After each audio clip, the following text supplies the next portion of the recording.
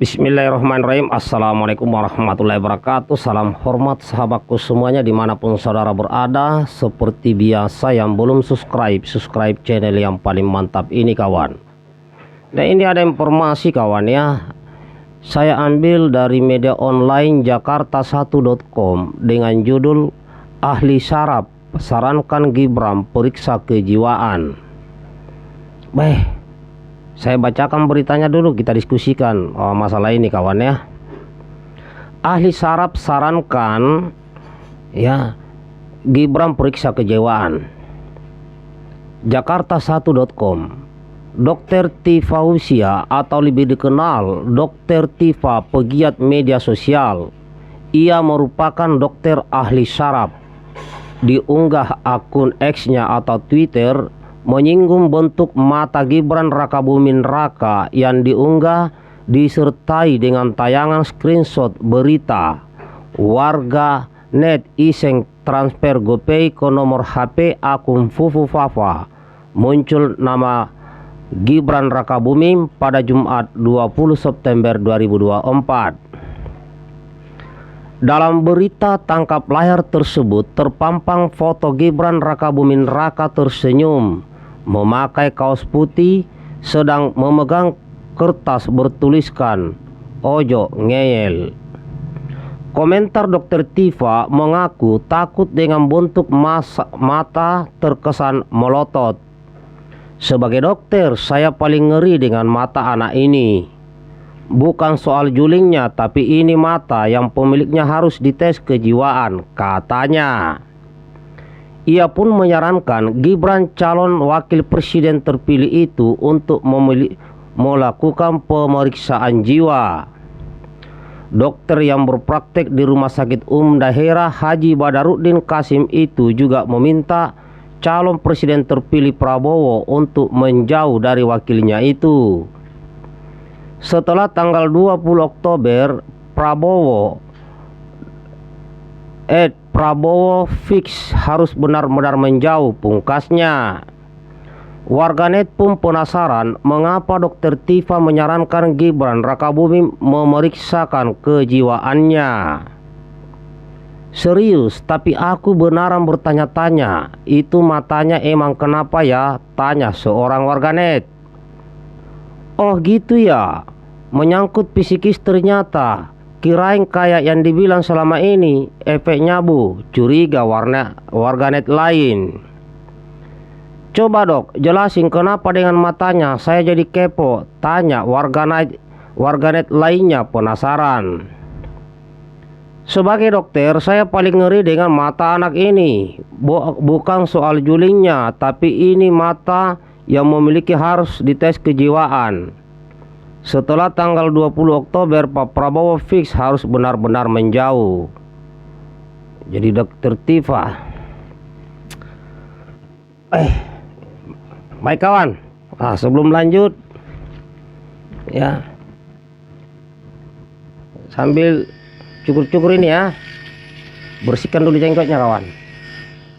Ini alat ini ada di bawah, itu ada di linknya di bawah ya. Yang mau ini mantap ini, sekali beli untuk puluhan tahun ya.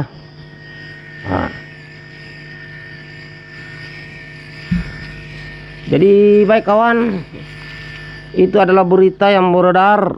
Jadi kalau kita lihat berita ini, yaitu Mas Gibran sebagai wakil presiden terpilih ini terus diserang di media sosial kawan ya. Tapi kalau menurut saya, kalau saya lihat Pak Prabowo ya, Pak Prabowo tidak terlalu menanggapi hal-hal yang begini ya, karena Pak Prabowo sudah kenyang ya, difitnah ya, dilaporin sesuatu yang negatif, sudah kenyang, sudah kebal lah. Jadi nggak masuk yang begini-begini. Karena apa? Kedepannya Pak Prabowo ya dengan wakilnya Mas Gibran itu akan fokus untuk menjalankan cita-citanya selama ini atau program-programnya selama ini ya. Dan ini tentunya membutuhkan tenaga, energi, waktu yang ekstra. Dan tentunya semua cita-cita dan program-program Pak Prabowo ini adalah untuk kemakmuran, untuk kebaikan bangsa Indonesia, untuk kebaikan seluruh rakyat Indonesia dan tumpah darah Indonesia. Maka itu Pak Prabowo selalu mengajak kita untuk selalu bersatu dan menjaga persatuan, ya, menjaga toleransi antara umat beragama, sehingga apa yang dicita-citakan Pak Prabowo dan juga menjadi cita-cita seluruh rakyat Indonesia terwujud, yaitu keadilan, kesejahteraan, kemakmuran. Kita akan menuju kepada bangsa yang Indonesia emas, ya, Indonesia emas 2045. Tentunya untuk meraih Indonesia emas di tahun 2045, kita ini semua harus bersatu untuk membangun negeri ini. Ya, jika ada permasalahan, ya itu hukum, maka biarkanlah itu berjalan dengan apa adanya, yaitu permasalahan hukum. Dan yang paling mengerikan, kawan, ini koruptor memang ini harus dibuatkan sebuah undang-undang untuk merampas aset-aset mereka.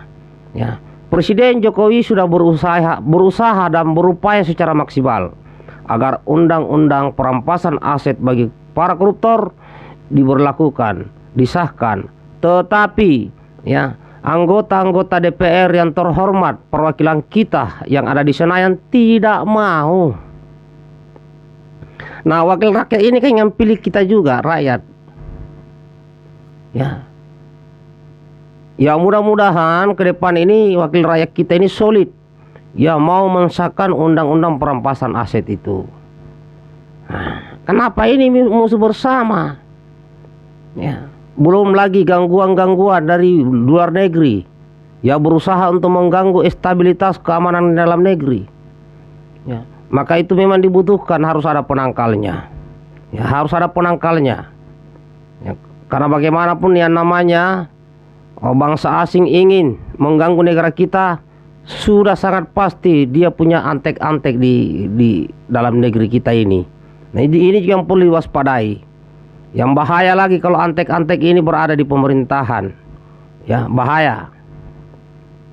Ya, kembali lagi masalah Mas Gibran, ya, semakin orang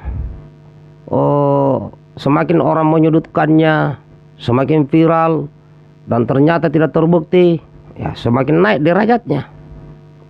Ya, ingat Pak Prabowo, ya, sudah sekian tahun difitnah, dihina, dicaci, direndahkan oleh orang-orang, ya, oleh oknum-oknum, oleh sekelompok orang di negeri ini. Tapi ternyata, kawan, ya, dengan berjalannya waktu, dengan kesabaran Pak Prabowo, apa yang terjadi? Pak Prabowo sekarang jadi Presiden Republik Indonesia terpilih, kawan. Ya, itu saja. Mari kita terus berkarya dan mari kita kawal pemerintahan kita demi kita bersama. Terima kasih. Jangan lupa subscribe video ini. Assalamualaikum warahmatullahi wabarakatuh.